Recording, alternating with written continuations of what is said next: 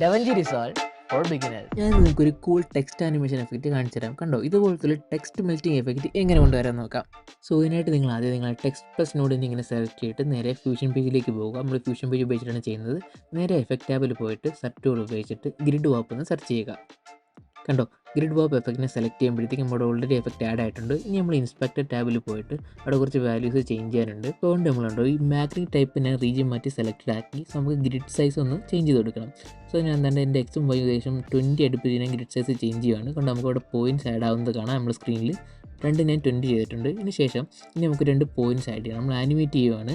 So എൻ്റെ എൻഡിൽ വന്നിട്ട് കണ്ടോ അവിടെ നിന്നൊരു പോയിൻ്റ് ആഡ് ചെയ്തു. ഇനി നമ്മൾ ഷിഫ്റ്റ് പ്രസ് ചെയ്തിട്ട് എൻ്റെ ഓപ്പോസിറ്റ് എൻഡിലും അതേപോലെ തന്നെ പ്രസ് ചെയ്തിട്ടുണ്ട്. നമ്മൾ ഷിഫ്റ്റിലേക്ക് ഇങ്ങനെ പ്രസ് ആക്കുവാണെങ്കിൽ ഒരുമിച്ച് അത് സെലക്ട് ആവുന്നതായിരിക്കും. സോ ഇനി നമ്മൾ ആനിമേഷൻ സ്റ്റാർട്ട് ആവുകയാണ്.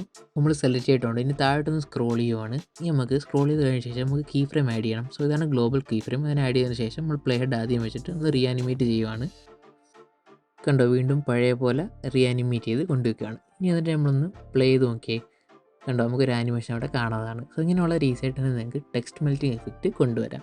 സോ ഇങ്ങനത്തെ ഡെയിലി ഡാവിഞ്ചി റിസോൾവിൻ്റെ എഡിറ്റിംഗ് ടിപ്സ് ആൻഡ് ടെക്സ്റ്റ് ട്യൂട്ടോറിയലും വീഡിയോസൊക്കെ കാണണമെങ്കിൽ എൻ്റെ ചാനൽ സബ്സ്ക്രൈബ് ചെയ്യുക. അതേപോലെ ഇനി ഒരുപാട് ഷൂട്ടും കാര്യങ്ങളും ഫിലിം മേക്കിംഗ് കണ്ടൻറ്റും കാര്യങ്ങളൊക്കെ വരുന്നുണ്ട്. അപ്പോൾ അതൊക്കെ കാണാൻ ആഗ്രഹമുള്ളവർ കാത്തിരിക്കുക. ഇനി ഞാൻ ഇതുപോലൊരു നല്ലൊരു ടിപ്സ് ആൻഡ് ടെക്സ്റ്റ് ട്യൂട്ടോറിയലുമായി വീഡിയോ വരുന്നവരെ ബൈ.